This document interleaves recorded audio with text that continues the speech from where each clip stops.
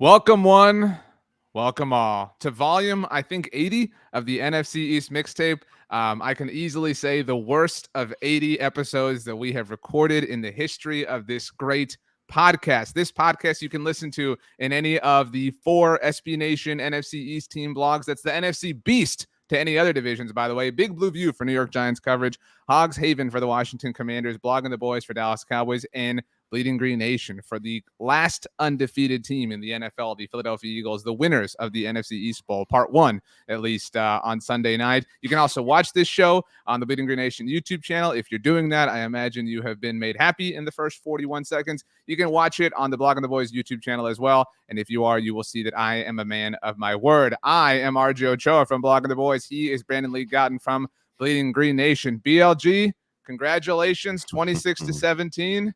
Philadelphia Eagles got the first one.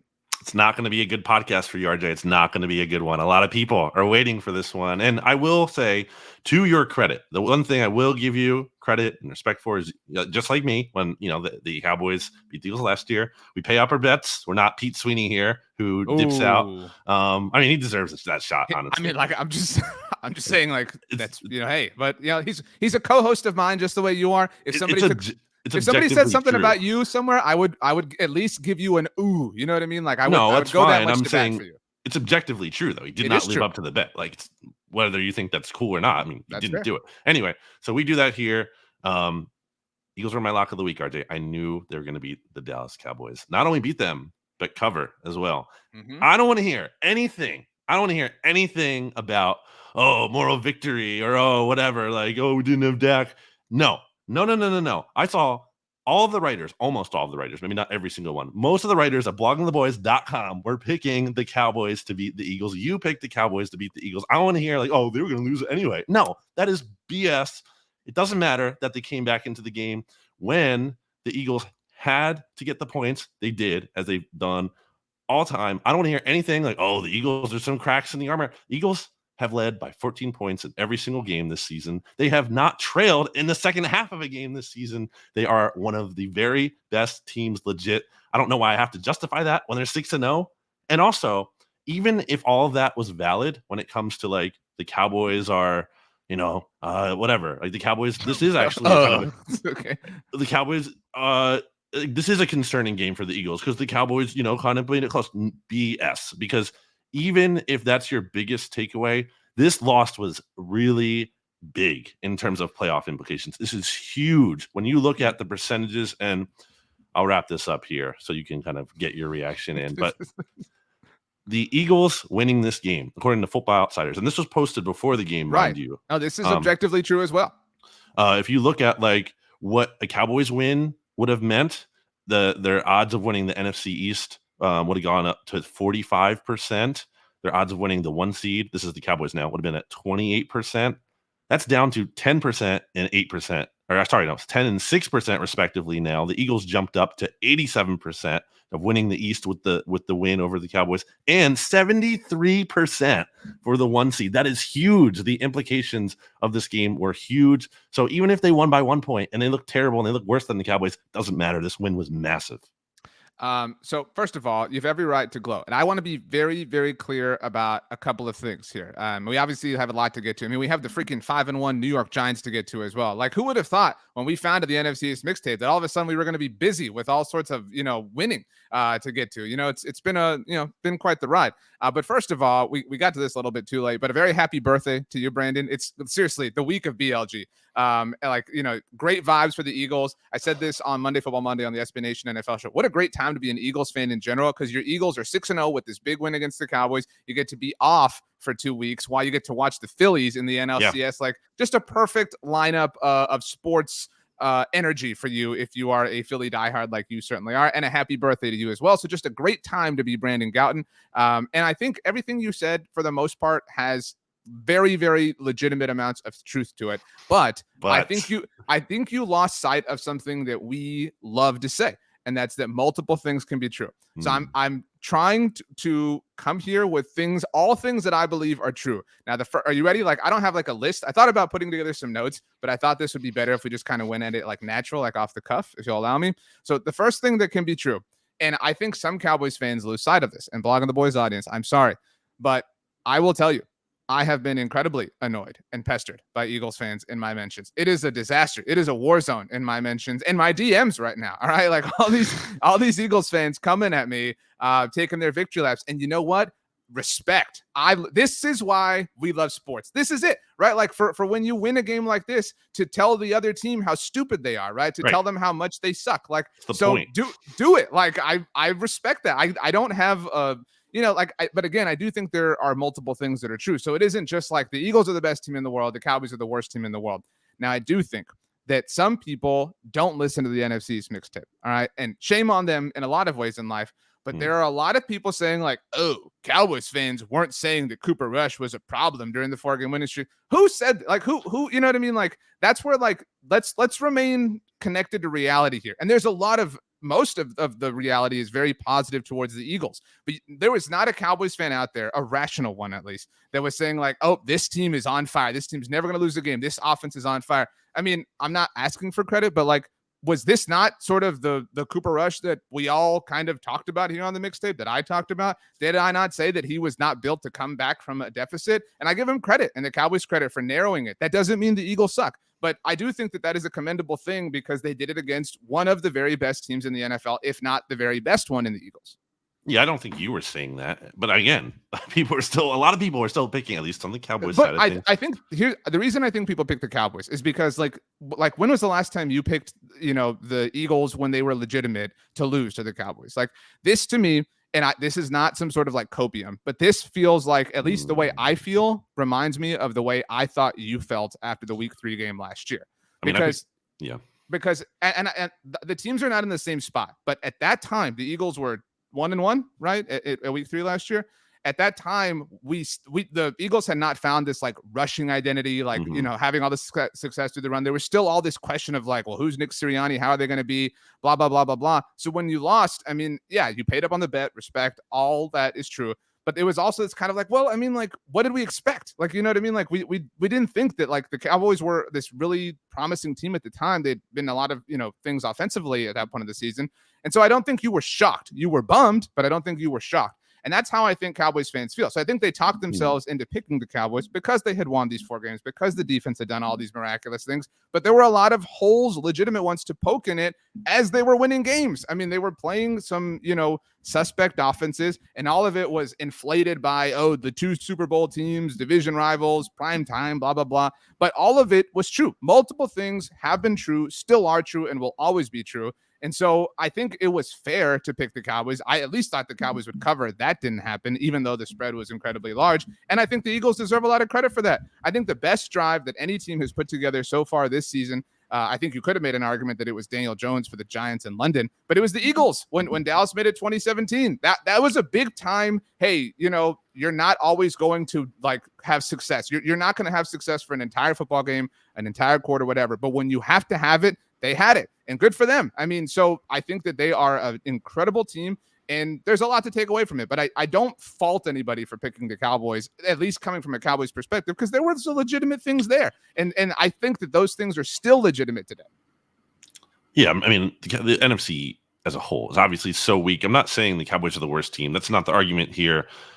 I'm just saying, like, to my point about going into this game, feeling like it's a lock. And when you were kind of getting excited earlier in the season, and I get why, because you were like, okay, the season's not going to be a disaster. So I'm really happy. But to me, it just felt like empty. Because I'm like, okay, but there's still a really good team in the same division ahead of you that hasn't lost and is better and has a better outlook and certainly has an easy schedule as well. And now is coasting to a 1 seed, which is a big freaking deal. So I just think that has to limit the Cowboys' optimism at some level, not even though it has nothing to do with them directly, but because that exists also. So that's something. To your point about the drive, huge, massive. And that's something the Eagles have done all season. Like, it's like, when we need this thing, we're going to do it. And I think it's not just fluky too. It's like, it goes back to the strength of the team, which is the offensive line. The offensive line is like, hey, we're taking over the game here. You're not going to be able to stop us. We're going to run the ball on you. We're going to mix in the passing game when we need to, and good luck. And the Eagles didn't even have their best player, arguably, on the team, or at least one of the very best, in Lane Johnson, who left the game, which is a big deal. They're always very big deal. it's like the Tyron Smith effect. So obviously that's a bit, obviously he's missing for the Cowboys, but he has this huge impact, especially specifically going up against Micah Parsons. I mean, like that's a huge, matchup. They neutralized him. I've never seen. I mean, Micah's got a very young career, but I've never seen him be neutralized the way he was against the Eagles. Not just the offensive line too. I want to give them credit, but I thought the coaching staff like schemed him out of the game. Some of those plays the Eagles were running where they had AJ Brown coming in motion, and then Parsons was in conflict, and then like AJ Brown would just run by him. They did it twice. They did it on the 4th and 3 that they converted, and then they came back to it with the touchdown. That was so impressive to me, and that was like, wow, like they're just this is Cowboys are getting out coached right now. That is coaching right there. I don't think that's out coaching, because I think and that's not like caping for the Cowboys. I just think it's impossible to defend. Like, you know what I mean? Like, I think that like you're right. The Eagles coaching staff deserves a lot of credit, but I think Jalen Hurts deserves a lot of credit. I mean, I think AJ Brown and Devontae Smith, like I think like they happen to be really good players. I mean, so it is, and that was the broadcast talked about that. People have talked about it in the days since. Like it is a thing that is impossible to defend. You can be literally what Micah Parsons is, one of the most talented, athletic, dominating defensive players in the game, and not be able to stop that. Like that's what I'm saying. Like multiple things can be true. It can be true that Micah is still just as great as he was, but that it is that difficult to stop. So I think the Eagles just deserve all credit. I don't think that that's like, oh, the Cowboys suck. I think that's just a really great thing the Eagles did. I don't think I've said the Cowboys suck. I think, they're one of the few teams in the NFL you can actually say that's like not trash. There's so many teams in the power rankings that are just really bad. Like the Cowboys have a nice case. Nice tweet, Brandon. Nice tweet. Yeah, I had to tweet it during the show. You can follow me at Brandon Gowton to see the tweet that you've probably already seen at this point. You couldn't even like I've worked so hard to like throw flowers, and you couldn't even get a good screenshot of me. Like I had to be like mid talk. You know what I mean? Like it's hard. I mean, you could have said like, I was bored. I wanted to do something. You could have said, hey, like, let's pause for a moment so you can at least like, whatever. But I wanted to highlight some impressive things about the Eagles' performance. One of them being, the Cowboys came into this game. They hadn't allowed a multi-touchdown game. Eagles scored 3 touchdowns. That's a big deal. Well, they took care of that multi-touchdown thing early. Like, it wasn't like they got their second one in the 4th quarter or something. They scored on 4 of their first 5 drives. The last drive they had 6 drives in the first half. The last one was just a kneel down. Could have went for points there, decided not to. So I thought that was really impressive. You look at Jalen Hurts. It's not like he like carried the team with his arm, but he played his brand of winning football in general, which is and I think this goes to that drive, by the way. I think there's absolutely something to and I wrote about this in my winner and losers column on Bleeding Green Nation.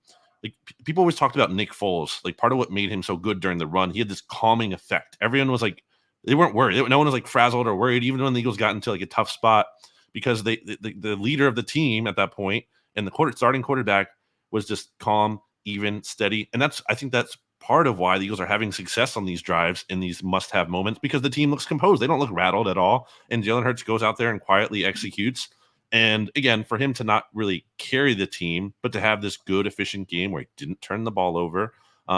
He had the best, like if you just go by pass rating, the highest pass rating against the Cowboys this year outside of Jalen Hurts, who had that's a low bar to clear, but still, like he was impressive. I mean, I'll just read all of them real quick. Tom Brady, 87.3, Joe Burrow, 89.9. That was the second highest one behind Hurts now.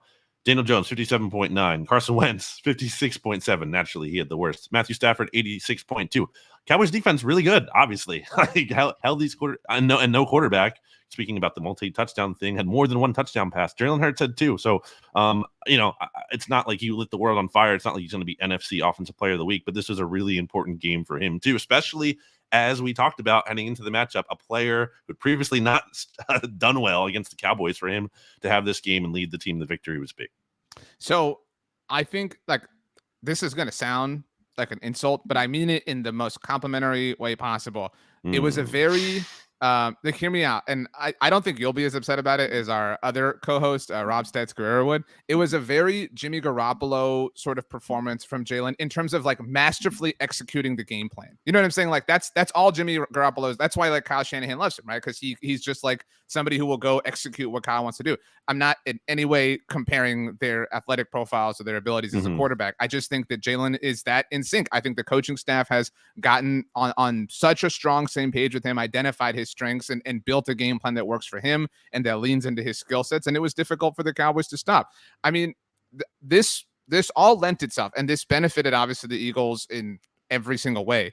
But this was the game the Cowboys had not had, and obviously the fact that they lost, but the turnovers turned it over 3 times. And I don't know why Mike McCarthy, I can't answer. He answered, and I don't find it satisfactory. I don't know why he didn't challenge the CeeDee Lamb spot. I know you were at the game, but watching on the broadcast, it seemed very obvious that it was a first down. It was a bad spot. I rewatched that. Yeah, during the game, I couldn't, I'm not the benefit of the yellow line, but you're right. That was a very bad spot. Right. And so whatever. I'm not saying like, oh, they win the game if that was whatever, but sure. You have to. And bad spots happen. Like spotting the football is harder than, right. Let's say, I want to bring this up to you. This is very important to me. What the heck was that picking up the flag on the blocking the in the back on Tony Pollard? No idea. How can you possibly argue that was not a penalty? And so whatever argument part, whatever. How can you pick it up? I don't know that I don't believe in the idea of makeup calls in general. Like, I think the only time I've ever like truly believed in it was Monday Night Football last week when the officials had gotten spooked by Arrowhead. But I mean, call it a makeup call if you want it, but it was a very clear foul. I mean, so that worked out for the Cowboys. And it was a high leverage play in the sense like that would have been 2nd and 19 from the Eagles 46 instead of 1st and 10 at the 20. That's a huge swing. That's like I don't want to poke holes at penalties because there's some moments that the Eagles were not called for things that I would argue maybe should. And I'm not saying there were like 100 of them, but like again, that's circumstantial to me. Like I think the important parts of what happened. And so I wanted to get to this. The Cowboys played the game that they couldn't play, and they couldn't play this game with Cooper Rush, and they managed to not do it 4 games in a row, which is incredible. These are their first. These are the Eagles' possessions against the Cowboys. They had the punt, obviously, to start off, and then the touchdown where they traveled 80 yards. Respect, obviously, very well done. Next touchdown, they started on the Dallas 44-yard line because of the interception. I mean, so you cannot. You can have the best defense in the world, and I don't know that I'm not saying Dallas is number 1. I think we both think that they're certainly in contention, but you can be the best defense in the world, and if you only have 44 yards to defend, it's a much more difficult thing than if you have 80. That's just simple math. The next Eagles possession started on the Dallas 34-yard line. Next, Dallas 46-yard line. 3 possessions in a row that the Eagles started across the 50-yard line. You just can't do that. You can't do that against anyone, let alone against one of the best offenses in the NFL. And that is where the game was lost. And that's obviously where Philly built their lead, and then they were able to kind of withstand, the little comeback in the third quarter.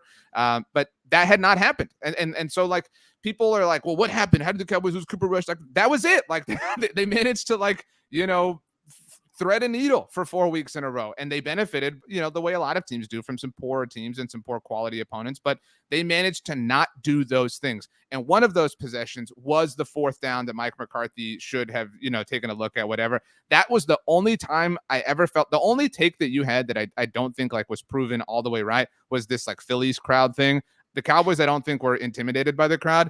I do think that the rush after, no pun intended, after the bad spot was panic. That was like, because they were down big, that was like, we got to have something. Let's just hurry. Let's get it done. Let's not risk this. That was the only time that the moment seemed a little big for them. Other than that, I think they just got beat.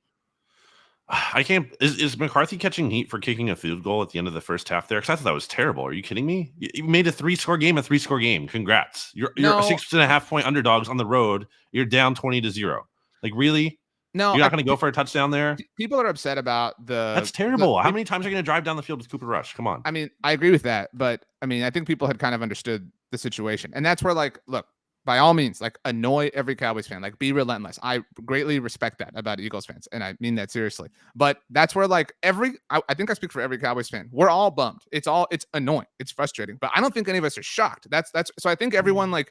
At that the moment you're talking about, I think people had kind of like maybe not waved the white flag, and the comeback kind of like roped people back in. But I think people were like, well, this was inevitable, right? Like the shoe had to drop. Like at some point, crap had to hit the fan, and it was doing that. I mean, it just kind of made sense. And I think everybody at that point, halftime was making peace with like, hey, they went 4-1 with Cooper Rush. Like how, what right do we have to be mad about this? I think that's where most logical people are at. Yeah, I just think that's downplaying the magnitude of the game. Huge game. No, but like that's where like I'm like back to multiple things can be true. Everything you said is 100% accurate. I know you're not disagreeing with it, but the energy I'm getting is like the Cowboys will be fine. They'll play again. It doesn't like okay, they're gonna play again, but like a lot of damage has already been done. But see, like okay, like if the conversation is like damage with regards to winning the NFC East, 100%, you're right. Like a lot of this is a big blow to that, right? But I mean. When you add, we're not just talking about the East, we're talking about one seed. Okay, but again, when you apply the context of like this team and like, because again, multiple things can be true, and something else that we say a lot is like things change, right? Circumstances change, data changes, whatever. And so at the end of week 1, like it was true that this team was done, right? The Cowboys, right? Not the Eagles, right? Everything that I poked at kind of like showed its ugly head in the week 1 loss. And to their credit, and they buckled down. They got 4 wins in a row. Good for them. The calculus has changed. The variables have changed. The NFC, the NFL in general is down, right? Like, I mean, you and I can both agree. You said yourself, they're one of the 5 teams in the NFL that don't look like utter trash. I mean, so I think I don't in any way, shape, or form think or condone Cowboys fans being like, it's okay if we don't win the NFC East. We'll be a playoff team. But like the barometer has changed. The status has changed. Like they are, pick a measurement, DVOA, DYAR, like any kind of measurement. They are one of the best teams in the NFL right now with one of the worst offenses in the NFL right now. So I think people are really excited, and this doesn't diminish that about, okay, hey, look, they're 4-2. They lost a game to what might be the best team in the NFL. They're about to get a top 10 quarterback back. That significantly changes who they're going to be. It's frustrating that they couldn't pull this one off, but it was going to be a difficult thing nonetheless. So one of the things we also say in this show is I am never wrong. And I think I had a lot of good takes going into the game. When it came to, I was like, Cooper Rush is going to turn the ball over. Like we all know this is going to happen because he hasn't done it. Of course it was going to happen. It was always, he should have thrown 2 interceptions against the Commanders. They were wiped out due to penalty. He put 2 balls on the ground against the Rams. He recovered 1. Tyler Smith recovered the other. It was inevitable. This was going to happen. That said, I don't think it's just a matter of like, So I brought this up on BGN Radio with Jimmy. There was a play when the Eagles played the 49ers in 2020 where I think it was CJ Beathard at that point threw an interception literally to Alex Singleton for a pick 6. He literally just threw it at him. There wasn't even any kind of receiver in the area. Just inexplicable. That was not the case here. Like one of the other big points I made going into the game, this is the best secondary really the Eagles have had going into a Cowboys matchup in a long time. And I thought the secondary players weren't just like benefiting off of really bad, like, whatever dropped passes that turned into picks or whatever. Like they made plays. Darius Slay ran his route for Michael Gallup, and that resulted in a pick. James Bradbury, oh my gosh, that dude. So I guess we'll talk about the Giants in a bit, but like, you're the Giants. Are you kicking yourselves? You just cut that guy? I thought about that a lot, but he's like, okay. But like, so let me read the stat for you. I don't know if you saw this. By NFL Next Gen Stats, James Bradbury has allowed fewer yards than any cornerback in the NFL this entire season. And it's not even close. Like he's been an elite level cornerback. So I thought that aged well. The defense stepped up. I don't think they were. I do think if you're going to poke a hole at the Eagles, it could be, well, what happens when the turnovers dry up? To some extent, yes, I agree that is a concern. At the same time, I don't think it's just like they're merely benefiting off of fluky turnovers. They have playmakers in the secondary who are good. Like they're gonna be able to force these at some rate, maybe not as high of a rate, and we'll see. What do you want to say? And then I have a question for you after that. Well, I guess like along those lines, again, multiple things can be true. Like that, we could title any episode that, but I mean, I'm not sitting here like there's a lot of like, oh, Dak wins that game. I don't know what happens if Dak Prescott plays, but they're far more competitive. We obviously everybody more competitive, but yes, it's not just like a lock. Like that's on. I mean, again, we're saying the same thing, but to that point, like that's why like I said this with John Stolnis on Eye on the Enemy on y'all's feed. I was not afraid of Darius Slay or James Bradbury because, and I know Cooper Rush threw 3 interceptions, but like, of course, like, you know what I mean? Like my like banking on the Cowboys winning this game did not rest on Cooper Rush's arm. You know what I'm saying? So like and that's in that sense, like this isn't the most impressive Eagles win of the season to me. They have 6 wins. So pick one, but like the worst I felt from like oh crap, the Eagles are really good standpoint was after they destroyed the Vikings because they destroyed an offense operating at its peak. This is not the peak version of the Cowboys. Good for the Eagles. They had their way with Cooper Rush, and nobody else really had to this point, but he hadn't really had to do anything. He threw the ball like 10 times against the Rams last week. So I'm very interested from a football fan standpoint, obviously from a Cowboys slant, but just to see what the Dak-led Cowboys look like this, because I also am curious to see what Dak looks like. I mean, we haven't seen this dude really effectively all of the season, and he was really bad over the second half of last year, but he obviously significantly improves these odds. I mean, it feels, and this isn't like shying away from the loss, but it feels like a half loss. It's a full loss, and it's massive, and it puts the Eagles in the front running seat, or not front running, in the like controlling seat, driver's seat, whatever, to win the division. Certainly helps them boost their odds to be the number 1 seed in the NFC. There is incredible value in those things. I'm not diminishing that at all. But like the Cowboys already, like, for 5 weeks in a row, they've had 1 foot in a loss already. They've managed to pull that out 4 times. It just was not going to happen now. So I'm excited to see them kind of start above water with, and I hate that because I hate that, like, this sends Cooper Rush out with a whimper, because what he did was incredible. Like, they're going to be a playoff team in all likelihood this season, largely because he managed to keep the ship afloat for 5 weeks. Most backup quarterbacks in the NFL are not capable of that. I do agree from a standpoint, like, it might not be their most impressive in style points. Obviously, I think it's their most important win, again, in terms of impact. That's and true playoff leverage. too. But yeah, like, okay, good. You beat the Cooper Rush Cowboys. You should. But, like, I thought the Vikings would win that game. I thought that Justin Jefferson would. That's an impressive performance to me by the Eagles secondary, is like locking down Justin Jefferson. Like, I think CeeDee Lamb and Michael Gallup are great. All right, let me finish my point. It's not a fair fight. Yeah. I wasn't even, like, arguing. That wasn't an argument. I'm just saying I wanted to make the distinction. I think you can say not most impressive, but it is most important. And then I think the scary thing about the Eagles is that this could be, they haven't even played a complete game yet. Like, they haven't hit. We haven't seen them firing on all cylinders. Who does just yet?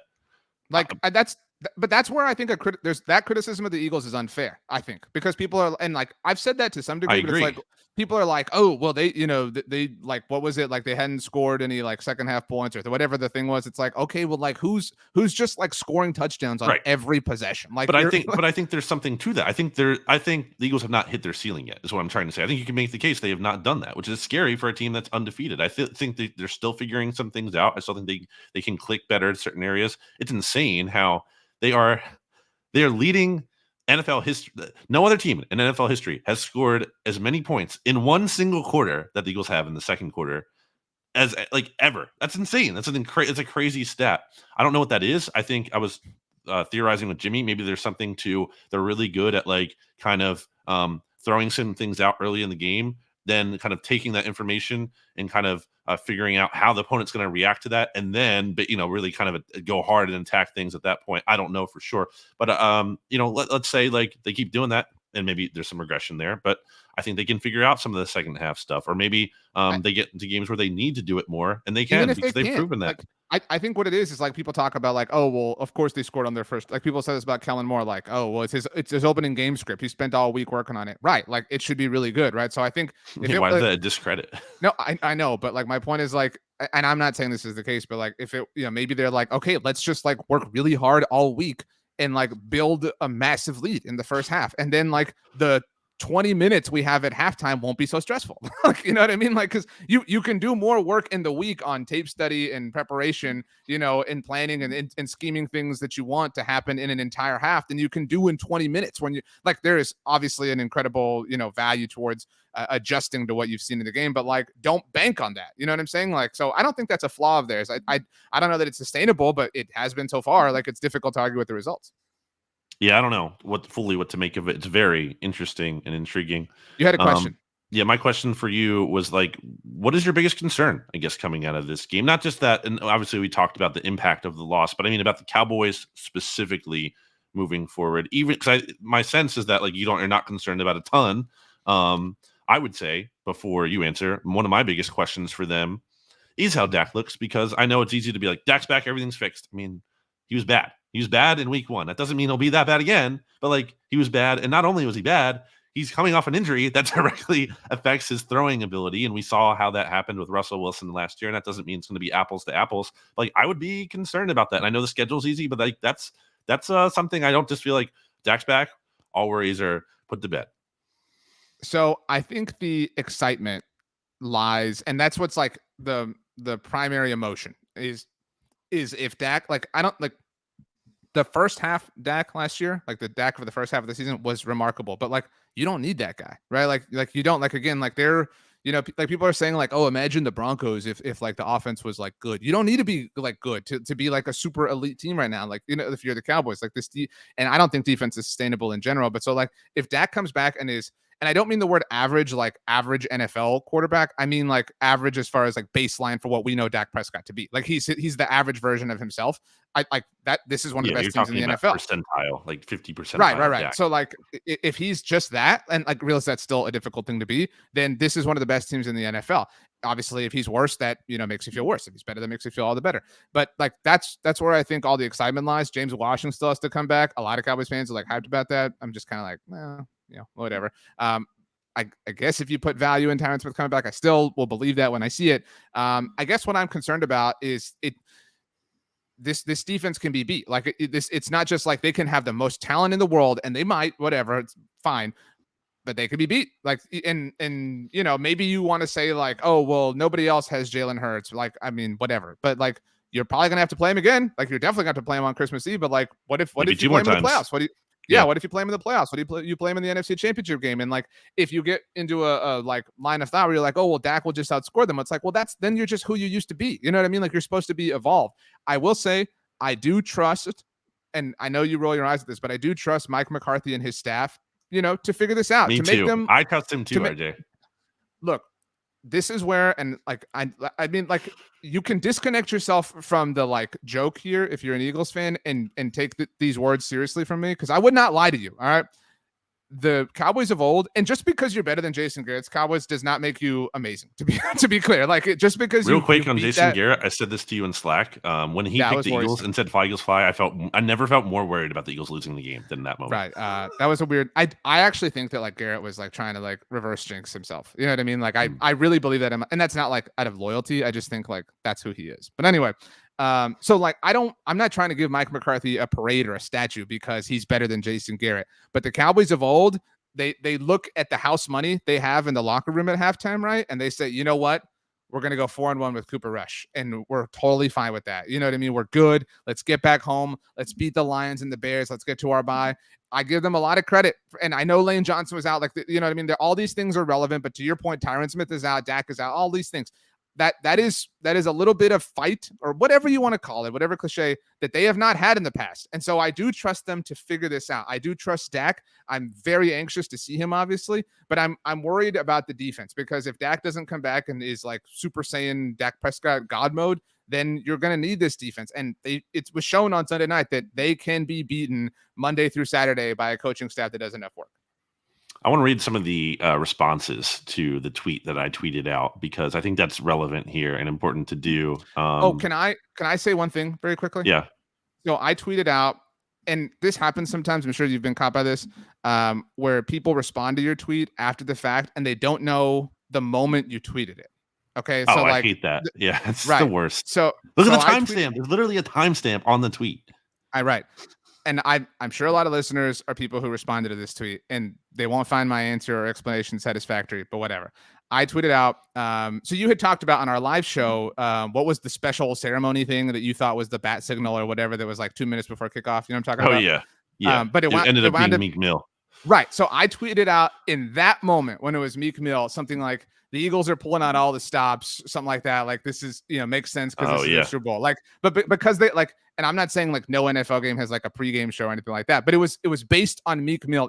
Like so many people interpreted it like based off of them like trying hard and saying like that me saying the Eagles trying hard was like them. It was nothing to do with like the game. It was the Meek Mill performance. So that's also your bit too. Anyway, it's like not like a full take. It's a bit, but not to defend you, but I mean, it's just true. I mean, it is a bit by you. BLG comes to RJ's defense. Interesting. All right. But it is silly it's silly that you're like, oh, Nick Sirianni said, how about them Eagles? That's so I want to get to that, but let's get to your tweet first. He can say that they beat him. It doesn't matter if it's not original. Do you want to get to that now, or do you want to get to your tweet? No, I want to get to the tweet because at Incog Brian, a loyal listener, Schrodinger's Cat Toys, their display name on Twitter, I'm throwing a flag on the week bet payout by RJ. Have to Sharpie the shirt at least. A tape piece of paper is the weakest of sauce. I did say that was okay for you to wear, in part because, I mean, what else are we going to do? I have to get, like, I'm on a time crunch, so we have to record this podcast at the time, and you started it live, so it's not like I really had much of an option.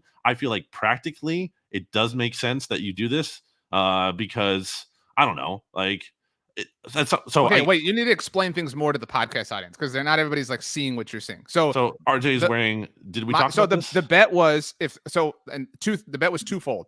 Well, now that the Cowboys have lost, I have to write an article saying why the Eagles are the best team in the NFC. And I was going to do that, but Brandon needed to record this early, not to throw you under the bus, birthday boy. But that is still happening, and Brandon will share it on Bleeding Green Nation, and you can all enjoy it, and that's fine. That just hasn't happened yet. We have jobs, we have things to do. That's part of our job. That's part of what I was going with here. Like in terms of you getting a T-shirt. Like I know you have a kid. I have it's hard to sometimes get a thing.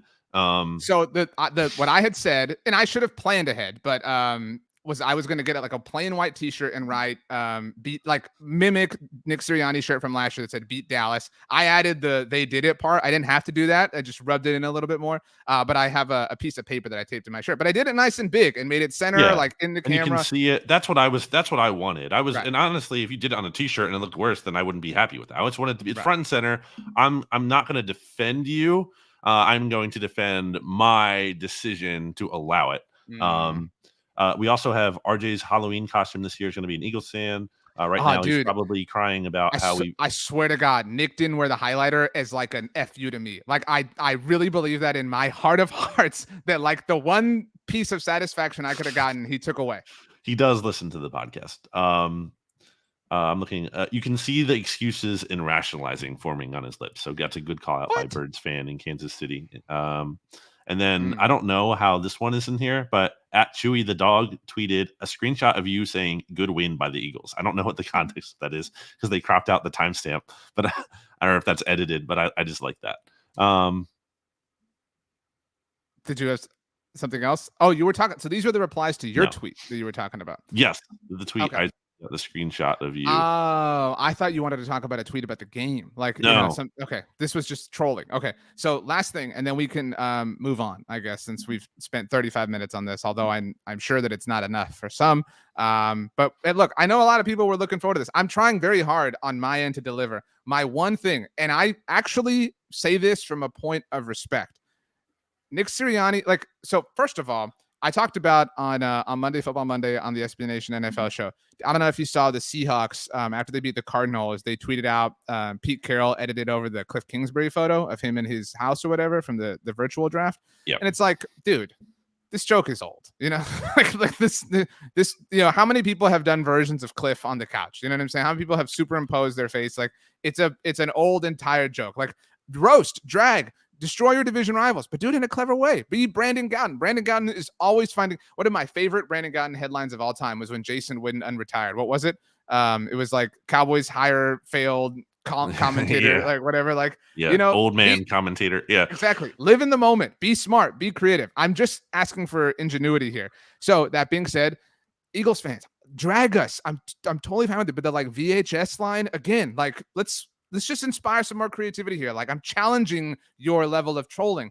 That being said, how many teams have beaten the Cowboys in the last 30 years and said, how about them insert How many coaches have done it? A lot of people. Name some. Like, and the other thing is like, Eagles fans, chief among people, like to be like, oh, stop living in the past. Like, why? Like, the Cowboys haven't won a Super Bowl in 30 years. Like, why are you here? Like, why are you out here living off of this line? And here's the thing: Nick Sirianni just dog walks the Cowboys. Nick Sirianni doesn't need to be like flexing. And I was prepared to come here and say Nick Sirianni completely learned his lesson when he wore the shirt that my sign imitates right now. All right, and I thought it was silly, but it was justified, and he has the results to prove his process out in saying like, I give him respect for accountability, right? And you said he listened to the fans, he listened to the team, that wearing the shirt was not a good idea, kind of blew up in his face, whatever. He called it stupid on his part.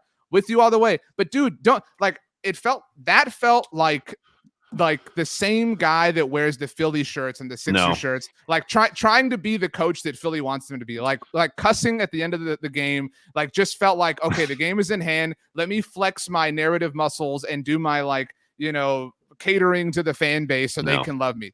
And like saying, how about the Eagles? Like, again, dude, come up with something better. Like you just beat the crap out of them. You have the best team in the NFL right now. You are undefeated. Like that was the one lame thing that Nick Sirianni did the whole time. How many Eagles coaches have said that you can remember? You know why Doug Peterson is a baller? Because he didn't have to say that. Doug Peterson just like walked the walk. I mean, and that's why I am still afraid of Doug Peterson. Like, I mean, this was a little brother move, and it was a shame because he had a big brother performance the entire time. You're just so hurt by it. No, Sirianni had every right. How could I be hurt by it when 50 million people have done it for the last 30 years? And that was loser energy from the Cowboys, by the way. And okay, I don't know the full context of why Jason Kelce got tackled, but it was not a good look, I will say, for the Cowboys to be doing that after they clearly had lost. That was like some sore loser shit right there, I will say. If you don't want to like bag on Sirianni for the cussing, which followed that was the process. Fine, whatever. I'm cool if he's defending his guy. By all means, like in that that's case, who he is. Like, that's not inauthentic. That is not inauthentic. No, that is that's what I'm saying. Like, I'm willing to believe that with regards to that moment. But the how about them Eagles thing, that's front running to me. That's placating to the fans. Like, dude, just be happy that you're a successful coach. Like, you don't need every single Eagles fan to love you. Well, whatever. I think Sirianni deserves a lot of credit for this win, by the way, in part because I think a key point you're missing about why he said that was a mistake last year when he wore that shirt is because he said it's about us. It's about playing for each other. It's not about saying how about them Eagles is not about you. Then it's you're making it about the Cowboys. It's a fun moment. It's a throwaway moment after a game. It's not it was not his message in front of the team. It was a masterful night that he didn't like, as he's walking into the locker room. It like again, there needs to be like some level of creativity. Say something new. He should have said something.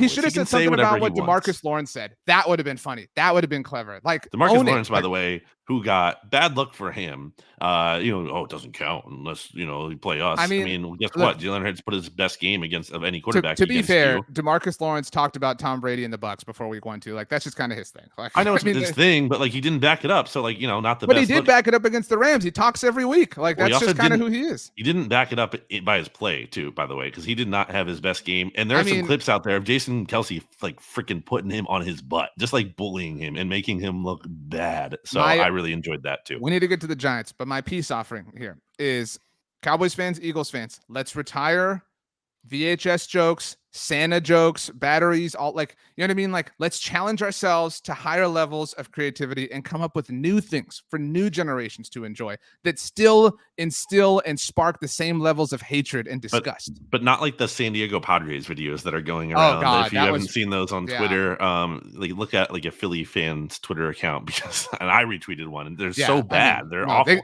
I'm asking Phillies are for going to the World Series. It's a lock. Like that's the worst vibes I've ever seen. I'm asking for good content, to be clear, but just new content. That's don't make a cheesy rap video. It's a pretty low bar to clear. Okay, let's take a break. Hear a word from our sponsors, and then we'll talk about the 5-1 New York Giants. Welcome back. The Giants just will not let the Eagles have a moment. No. Every team in the NFC East won in week 6, except for the Dallas Cowboys. In fact, if we dismiss the Commanders, which we're kind of doing, Carson Wentz had his surgery. He's gonna miss the return trip to Philly. I know you're bummed. But I mean, that is a bad development for the Eagles in multiple ways, but I actually think this is a bad development for the NFC East, but this is the Giants moment. Mm-hmm. So that being said, the 3 teams at the top, probably all playoff teams, right? Like if we had to pick playoff teams right now, I think we're both picking all 3 of them. Again, I said part of that is ahead last week, like Giants are making a wild card and Stats is like, I'm like, have you seen the NFC? What is You know what Stats also poo-pooed was me saying that the Falcons had some very good vibes going with their throwback uniforms. He was like, oh, who cares? Throwback uniforms. What happened? Falcons dropped the Niners. Stats catching. Oh, sorry. No, it was Pete earlier. I thought I was trashing Stats. I'm like, he's catching a lot of strays. A lot. But that's fine. They don't listen. The Falcons should wear those uniforms all the time, by the way. The gold stripe on the side is just incredible. But anyway, so the top 3 teams of the NFC East have 3 losses between them. Obviously, the Eagles don't have any. 2 of those losses are to each other because the Giants obviously lost to the Cowboys and the Cowboys lost to the Eagles. The lone loss of the top 3 teams in the NFC Beast came to the Buccaneers and Tom Brady. Holy crap. Look at this. I will apologize to the Giants for fans not believing the way I did. Yeah. I mean, which you backed off of. You predict them to win the division because you got caught up in a moment, and then you instantly backed off of that. But there were things to get caught up in. Like that's what this season is kind of. Well, proving. I was also, but I think we've been consistent on that. I think you and I have been probably about level in terms of like where we actually expected the Giants to be. I don't think we've disagreed on them very much, which is funny because you get a lot of Giants fans who are like, you guys don't give enough love to the Giants. I think we've been very positive on them, especially relative to others. Do you agree that the Packers are not this kingmaker? Like, good for the Jets. Like, enjoy your win, Jets. You know what I mean? And that was at Lambeau. It's a little bit different, but still, like, not a kingmaker sort of thing. But after this Ravens win, like, okay, Now you're a little bit real. And I know the Ravens are like kings of choking away leads and stuff like that. No, it's still, this is a high quality win. I've said this to Ed Valentine on the SB Nation NFL show, but I feel like every week the Giants have the best one they've had in a decade. Well, it's also a low bar. Right. There's a lot of opportunities for that. I will say I apologize to the Big Blue View listeners, the Giants fans, that we didn't talk about the Giants second. Obviously, that wasn't just going to make sense with the context of the Eagles-Cowboys game going forward. If the Giants are second, and the NFC East will talk about them second. We will adhere to that moving forward, but it just didn't work out this week. But, shout out to the Giants. They're allowed to have their fun. I still don't fully buy them, and I don't think you do either. I mean, that being said, I have them, I think, 8th in my power rankings. I moved them up. They're a respectable team. They're number 5 for me. Okay. They're a team that they're not. It's weird because they're a team that hangs around. They're tough in a given game, but they're also not a scary team. Right? No one is scared of getting blown. All these games are 1-score games. And I was going to say sustainably. That's not the word I was looking for. Historically, over a longer span of time, these 1-score games are not sustainable. You're not going to win all of them. You're going to get bad luck at some point. You're not going to get the breaks. You're not going to get Lamar Jackson. I mean, the Giants won this game and deserved to win. I believe that. At the same time, Lamar Jackson gave the game away. It was pretty bad. He just that's not what Lamar is typically going to do. And I say this as someone who has criticized Lamar. But yeah, I mean, honestly, I wasn't shocked that the Giants won this game because I watched this one full. And the vibe, I love vibes. By the way, RJ, check this out. Is this not the perfect thing made for me? Have you seen those? These? Are mints? It's gum. It's Sour Patch Kid flavored gum. But it's Trident. So Trident. It's meant to be some sort of mint. No, it's What's Trident Sour Patch Kids vibes. Yes. Look, I'm just saying, the purpose of that is to make your breath smell better. Ultimately. Yeah, I mean, it's not minty flavor, obviously, but anyway.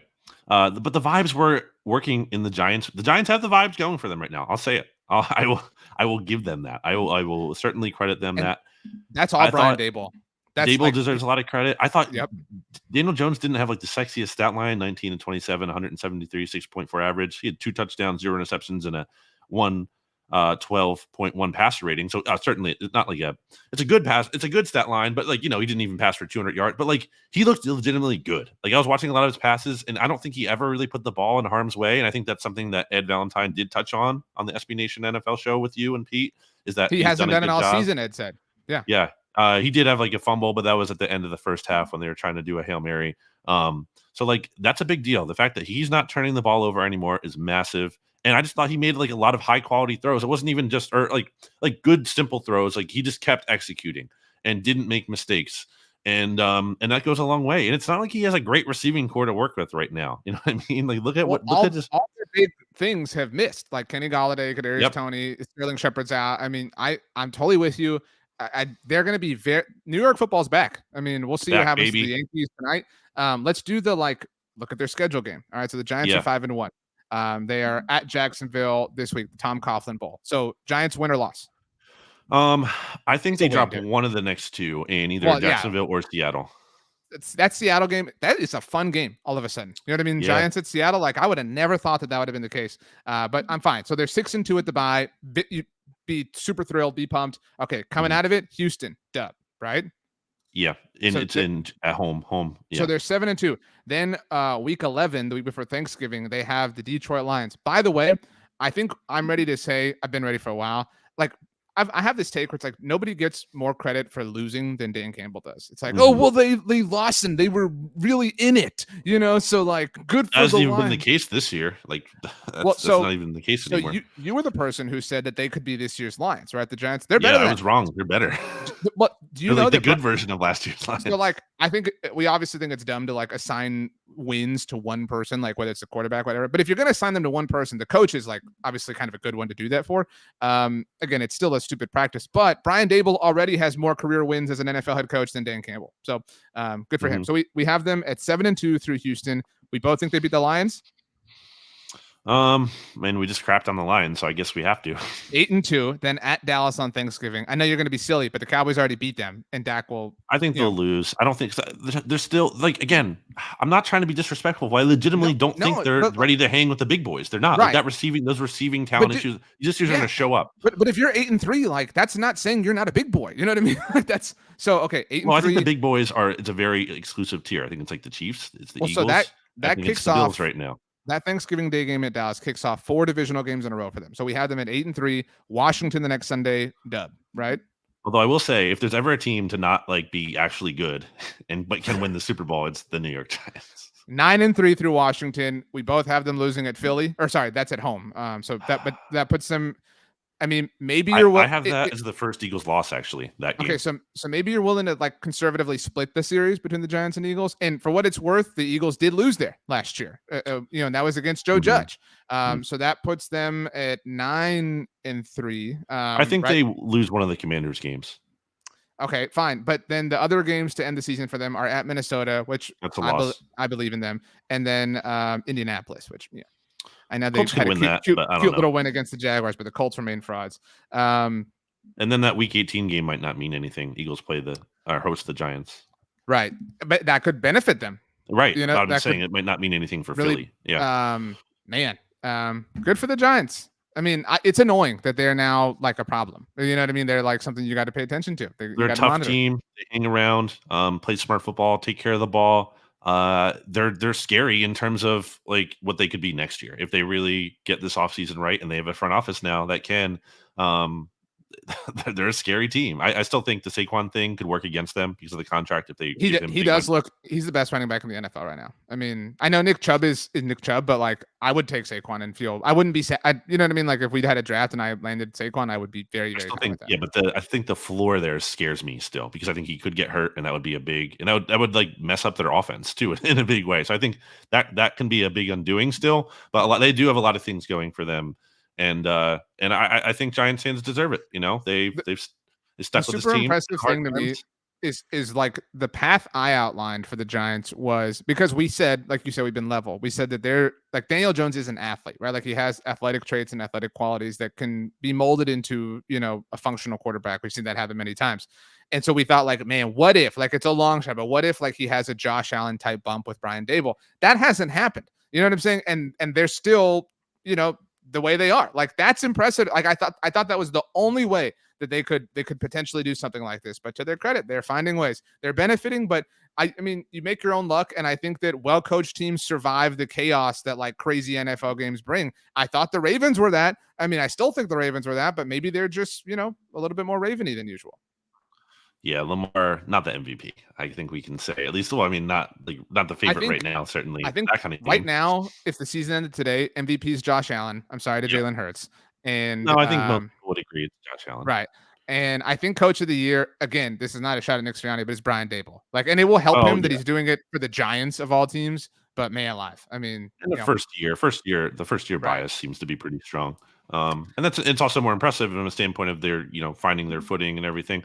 I will say, I think underrated thing about the Giants is their defensive coordinator, Wink Martindale. Mm-hmm. Like that was a really smart hire by them in terms of not to pat us on the back, but we said that day. I know. Yeah. But like, if you're the Ravens, he wasn't the problem with the defense last year from the standpoint of they were so hurt. They were like the most injured defense in the league. They were like, playing these 6-string cornerbacks. It was like everyone was hurt. Like he was the big reason they were bad. Like, no, like they needed to get healthier. And that was a big hire by them as well. They have a good coaching staff on the whole. It's not just Dable is my point. Like their defensive coordinator is good. Mike Kafka seems to be doing a good job with the offense, given the limited talent they have. So yeah, it's just, they're a smart organization again, which is, that's regardless of their record, that is scarier than anything.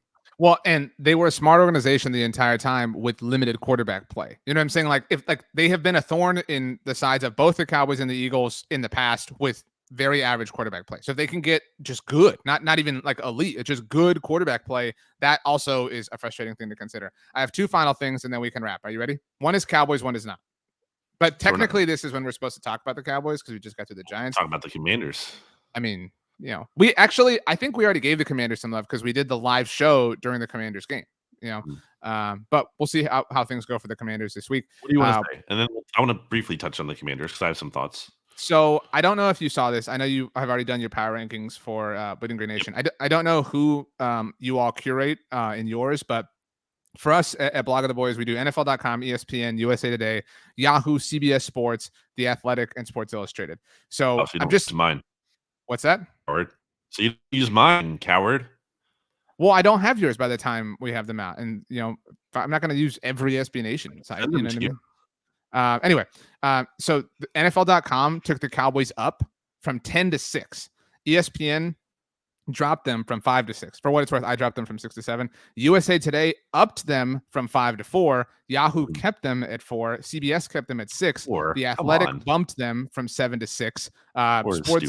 Sports Illustrated dropped them from 7 to 10.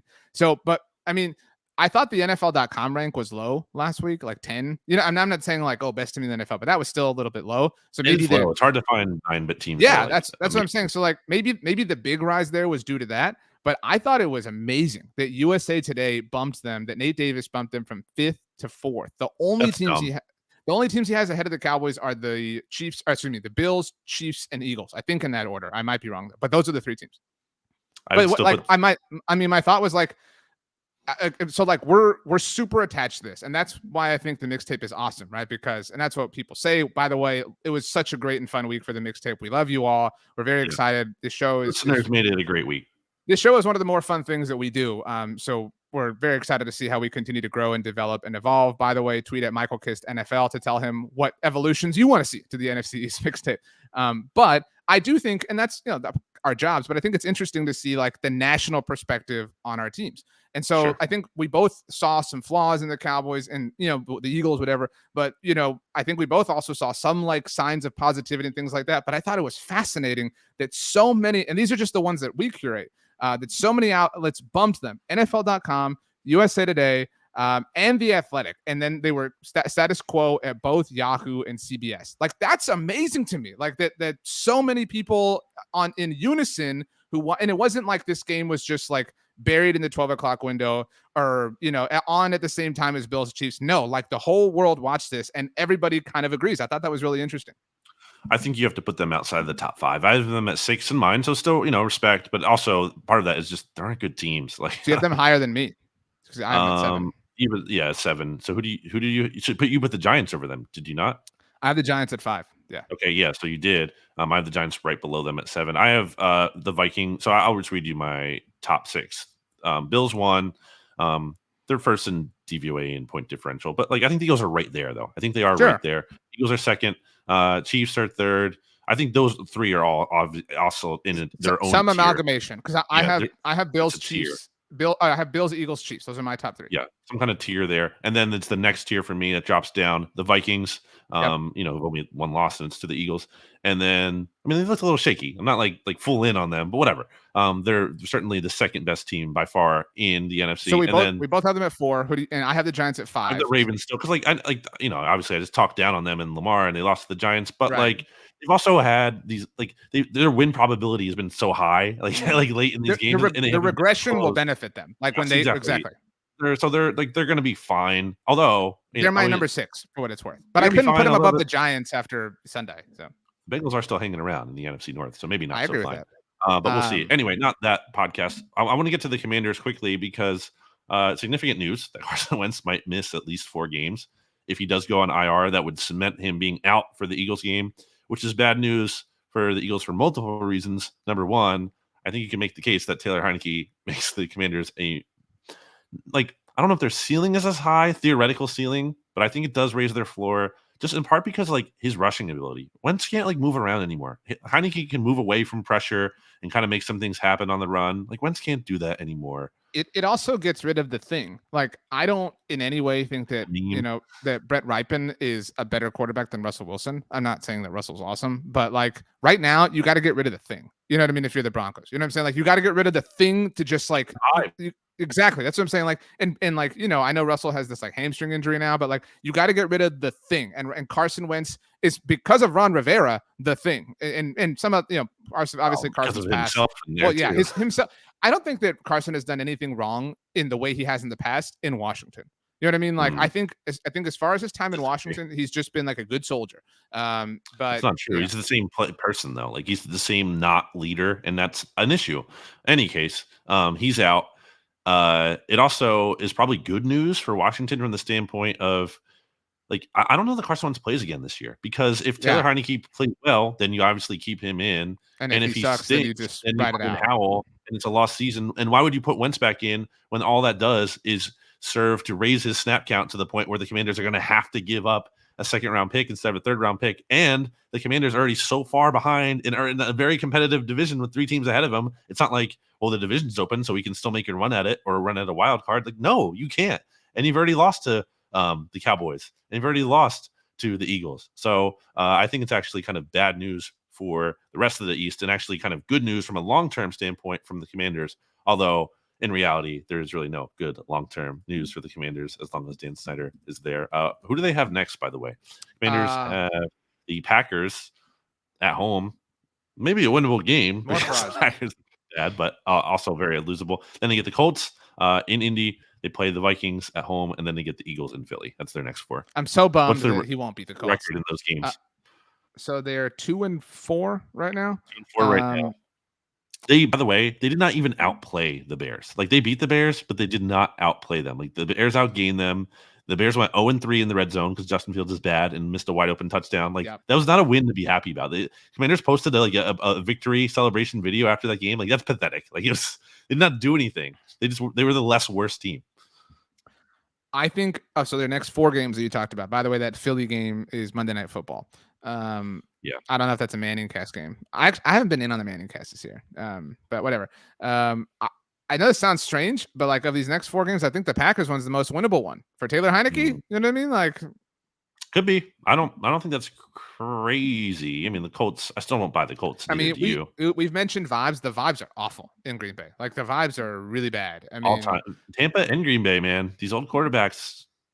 Well, it's almost like these old quarterbacks who made everything about themselves, and you know what I mean, took total like center of attention. Maybe not the best idea, but okay. So I mean, they're losing at least 2 of these games, right? They're losing to Philly, they're losing Minnesota.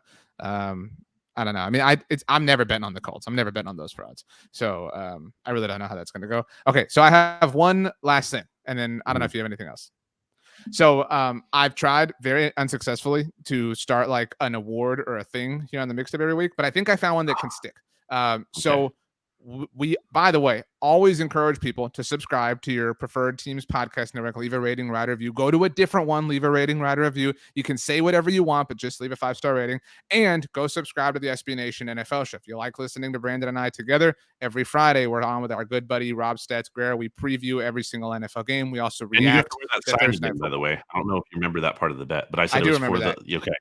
I'm gonna throw this one away and just do a new one if that's fine. Like, I don't want to, you know what I mean? Like the tape's gonna like wear off, so I'll make a new one. Don't worry. Well, tweet at RJ. If enough Eagles fans bully you, you have to do the shirt for Friday. I just don't know that I'll have time to get the shirt. Like, it's just you mentioned it. We like, if you want to let your birthday's down, today, that's on you. Your birthday's today. My birthday's this week. You know what I mean? So like, it's a busy week. That's all I'm saying. But at the very least, I will have this sign. Did you stretch the hoodie out? Oh, it's finally hoodie season. Like, I mean, it's so great. But so my petition is that we offer one NFL thing as a preview of the look ahead to encourage people to go subscribe to the SB Nation NFL show. We touch on something that is not necessarily NFC East. No, I disagree. Well, it's the NFC East. It's the only division that matters, baby. Okay, I wanted to get your thoughts on this. Then it's a one-time thing. One-time thing. So the NFL owners meetings are happening right now, actually, while we're on.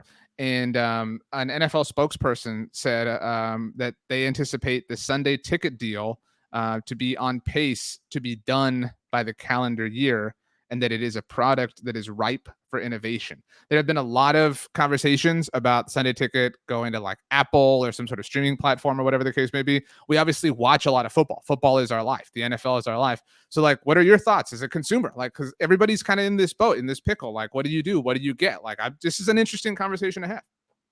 In terms of like the service, like what do you hope for? What do you hope happens with the Sunday ticket? Because I don't think any of us wanted to stay under realistically, or like in ideal perfect world. Because I'm expecting to be disappointed if the NFL with an injection of reality, right? Like, I think it's fair to presume it's going to end up on some sort of streaming platform. Do you want it to end up on like an Apple TV? Like, is that the like, if it leaves DirecTV, if something changes, what's the best, most practical change? Something I already subscribe to would be really nice, I would say. But I don't know. I don't really have a lot of big thoughts on this because I don't like watch. I watch the games locally, or I'm there for the home games. So I don't like, this doesn't impact me as much. So I can't really speak to a ton of, I'm not out of market. I'm not out of market either, but I mean, again, it's like somebody who watches it. Like, I think like Amazon Prime's been like, as far as the distribution of the game, it's been fine. Like, annoying though. I mean, like, I'm not talking about the broadcast and the crew and everything like that, but like not that it's on a exclusive streaming. I just that's what this is going to be like. Then that's your take. That's your thought. Like, okay. You want it on Netflix? I mean, yeah. Something I have, something very convenient to me. Yes. I think, but also like, I don't know. I guess a lot of people have Amazon, which, okay, fine. But like, I don't know. It's just not even, I don't know. I don't have great thoughts on this. Did you watch many things? Did you watch any of the MLB games on Apple TV this season? No, I don't have Apple TV, so no. I mean, this is too much. This is the point of all of this. Is it's too much. Everything's going to be on something. It's like, how are people supposed to do this? Like, how are they supposed to subscribe to everything? That's like, that sucks. It's dumb. I agree. It's all about money. There's no. Of course it is. Again, like, look, but like every single person is having this discussion, right? Like, what's best? What should I subscribe to? What should, like? So that's what I'm saying. Like, we watch a lot of football. So I'm just getting your take on it. Doesn't make sense. You need to be able to watch like games. Like, I just don't get it. I will say it doesn't seem like good for the health of the sport either. Like, you're making the game less accessible. I actually think I disagree that it's less accessible, the ticket specifically, than it currently is. I don't have DirecTV, so I don't have the Sunday ticket. So I have Fubo. This isn't an ad. I just love it a lot. And so I have the red discount code BTB 15%. So no, but you can't do that at righteousfun.com for delicious craft jerky and Biltong. Or BN 15% for righteousfun.com. Yeah.